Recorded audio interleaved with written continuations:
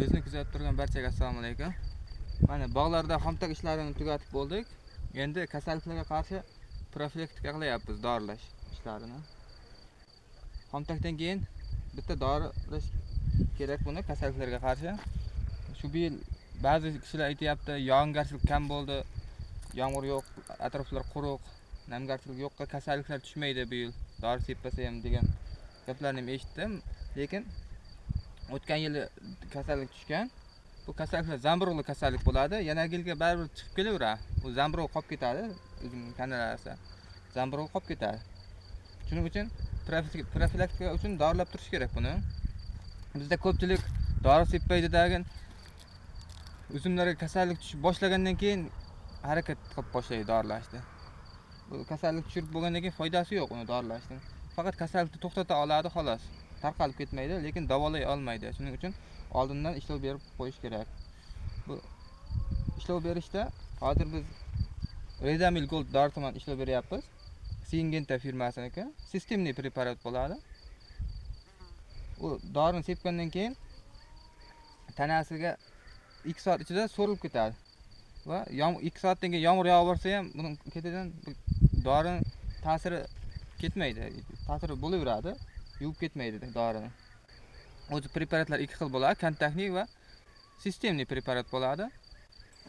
U kontaktli preparat faqat tekkan joyiga ta'sir qiladi, masalan, bargga tekadi, bunisiga tegmasa bunga ta'sir qilmaydi. Keyin yomg'irlarda yuvilib ketadi.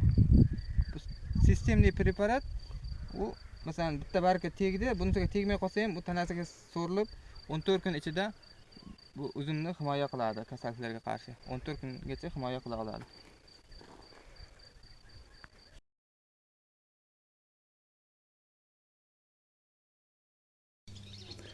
Redamil Gold dorisi 10 litrga 25 gram qo'shiladi. Hozir biz bankaga 100 gram soldik. 40 litr suvga yetadi. Buni 1 litr suvga eritib olamiz, ilmiq suvga, yaxshi eriydi. Keyin 39 litr suvga qo'shamiz. Keyin 40 litr bo'ladi. Mana, yana qo'shimcha NPK Turkiyaniki ekan bu. 18% fosfor, 18% azot, 18% kaliy bor. 10 litrga 40-50 gram. Bu bargdan oziqlantiradi o'simliklarni. 18. Bundan 10 litrga 40-50 gram. Hozir bunga 200 gram soldik. Buni ham eritib olamiz.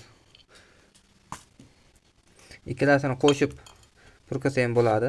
Bittasi fungitsid, kasallikka ishlaydi, bunisi udobdeniya, bargdan oziqlantirish.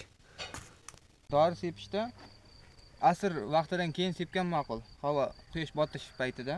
Chunki kun qizigan paytda bu dorining samarasi yaxshi bo'lmaydi sepilganning. Havo salqin bo'lgan paytda sepish kerak. Ertalab sepsa ham bo'ladi, ertalab faqat shudring bo'ladi. Ba'zi hollarda shudring ham yoki ta'sirini kamaytirishi mumkin dorini. Shuning uchun asr vaqtidan shom vaqtigacha sepsa juda yaxshi natija beradi. Keyin dorini sepganda ham kuchli dozada sepish tavsiya etilmaydi. Profilaktika uchun kuchli dozada sepilsa toklarni stressga tushiradi.